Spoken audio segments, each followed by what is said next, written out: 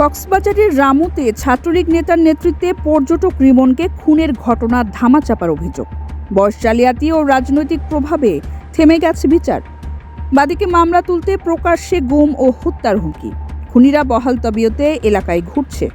বিস্তারিত দেখুন কক্সবাজার থেকে খান মাইনুদ্দিনের পাঠানো 2 পর্বের ধারাবাহিক অনুসন্ধানী প্রতিবেদনের প্রথম পর্বে। কক্সবাজারের রামু একসময় শান্ত এলাকায় এখন আতঙ্কের ছায়া। মাদক সিন্ডিকেট আর রাজনৈতিক ছত্রছায়া এখানে অপরাধ করেও পার পাওয়া যায়, এমন অভিযোগ এখন ওপেন সিক্রেট। তেমনই এক ভয়াবহ ঘটনার শিকার হয়েছেন চট্টগ্রামের সন্দ্বীপ উপজেলার কিশোর পর্যটক সাজ্জাদ হোসেন রিমন। 2024 সালের 20 জানুয়ারির রাতে রামু উপজেলার জোয়ারি আনালা বাজার এলাকায় সংঘবদ্ধ হামলায় গুরুতর আহত হয়ে চিকিৎসাধীন অবস্থায় তার মৃত্যু হয়। 1 বছর পার হলেও আজও কোনো আসামি গ্রেপ্তার হয়নি। সূত্র জানায়, নিহত সাজ্জাদ হোসেন রিমনের বাড়ি চট্টগ্রাম জেলার সন্দ্বীপ উপজেলার বাউরিয়া 2 নম্বর ওয়ার্ডে।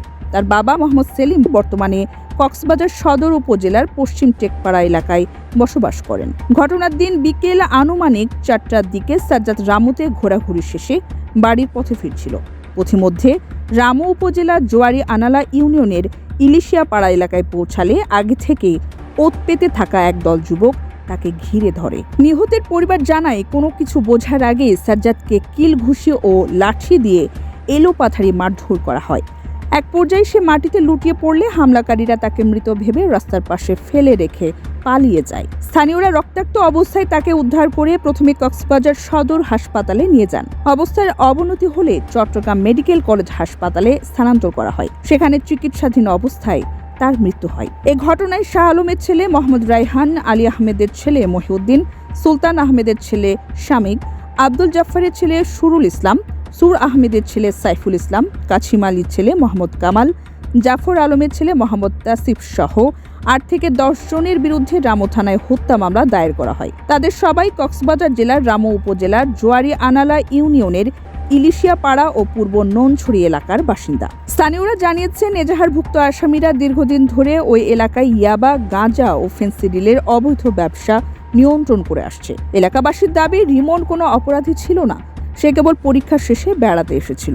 অথচ তাকে একটি সংঘবদ্ধ মাদক সিন্ডিকেট পরিকল্পিতভাবে টার্গেট করে হত্যা করা হয়েছে। নিহতের পরিবার অভিযোগ করেছে, এই হত্যাকাণ্ডের মূল পরিকল্পনাকারী হিসেবে জাফর আলমের ছেলে মোহাম্মদ তাসিফের নাম উঠে এসেছে, যিনি এলাকায় ছাত্রলীগের রাজনীতির সঙ্গে সক্রিয়ভাবে যুক্ত বলে পরিচিত। মামলার 1 নম্বর আসামি শাহ আলমের ছেলে মোহাম্মদ রায়হান তার ঘনিষ্ঠ সহযোগী এবং মাদক ব্যবসার অন্যতম নিয়ন্ত্রক বলে স্থানীয় সূত্র জানায়। আলী আহমেদের ছেলে মহিউদ্দিন জোয়ারি আনালা বাজারের একটি জর্দার ফ্যাক্টরির আড়ালে ইয়াবা বেচাকেনা পরিচালনা করেন বলেও অভিযোগ রয়েছে। সবচেয়ে গুরুতর অভিযোগ উঠেছে প্রধান অভিযুক্ত মোহাম্মদ তাসিফের বয়স নিয়ে। নিহতের পরিবার দাবি করছে, তাসিফের প্রকৃত বয়স 29 বছর হলেও তৎকালীন তদন্ত কর্মকর্তা এসআই কাউসার চার্জশিটে তার বয়স মাত্র 15 বছর 7 মাস দেখান। এর মাধ্যমে তাকে কিশোর অপরাধী হিসেবে আইনের বিশেষ সুবিধা দেওয়ার চেষ্টা করা হয়েছে বলে অভিযোগ উঠেছে। সূত্র জানায়, অভিযুক্ত তাসিফ ছাত্রলীগের রাজনীতির সঙ্গে যুক্ত থাকলেও তার আপন ভাই যুবদলের রাজনীতিতে সক্রিয়।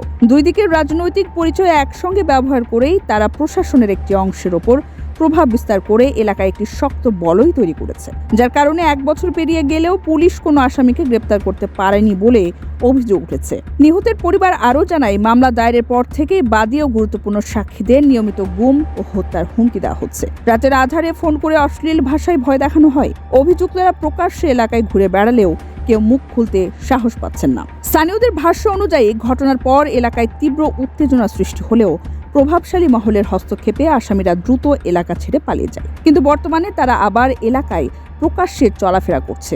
এতে সাধারণ মানুষের মধ্যে নতুন করে আতঙ্ক ছড়িয়ে পড়েছে। নিহতের বাবা মোহাম্মদ সেলিম বলেন, আমার ছেলে মোহাম্মদ সাজ্জাদ হোসেন রিমন গত 2024 জানুয়ারি এসএসসি পরীক্ষা দেওয়ার পরে কক্সবাজারে আমার নিকট আত্মীয়ের কাছে বেড়ানোর জন্য আসে। কক্সবাজার রামু জোয়ারি আনালা ইলিশিয়া পাড়া রাবার ড্যাম দেখতে আসে।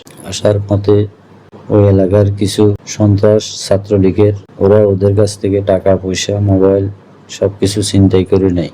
এক পর্যায়ে ওখানে দস্তাদস্তি হওয়ার পরে ওই এলাকারই সন্ত্রাস তাসিফ, রায়হান, শামীম, কামাল এরা সংঘবদ্ধভাবে রিমনকে মারধর করে। এক পর্যায়ে মৃত ভেবে রাস্তায় ফেলে রেখে চলে যায়। আইসিইউতে রাখার পরে 12 দিন থাকার পরে আমার ছেলে মারা যায়। তখন আমি রামু থানায় একটা মামলা করি 2024 জানুয়ারি। সবাই এলাকায় ঘোরাফেরা করতেছে, পুলিশ এখন পর্যন্ত একজন আসামিও অ্যারেস্ট করতে পারে নাই। কিন্তু আমি লোক মারফতে সব জানি, ওরা ওই এলাকারই ছেলে, ওই এলাকারই বর্তমানে ওই এলাকায় আছে, সবাই ওইখানে ঘোরাফেরা করতেছে। তো আমার একটাই চাওয়া, আমি চাই সকল সুস্থ তদন্তের মাধ্যমে আমার ছেলে হত্যার বিচারটা যাতে করে আমি পাই। নিহতের পরিবারের সদস্যরা প্রশাসন ও গণমাধ্যমের কাছে আকুতি জানিয়ে বলেন, তার ছেলে একটি সুসংগঠিত মাদক সিন্ডিকেটের শিকার হয়েছে।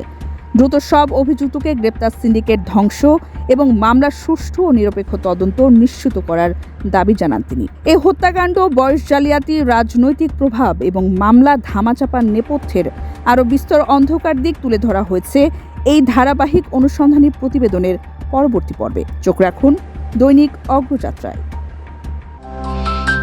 অগ্রযাত্রা প্রতিদিন নির্ভীক প্রত্যয়ে উজ্জীবিত।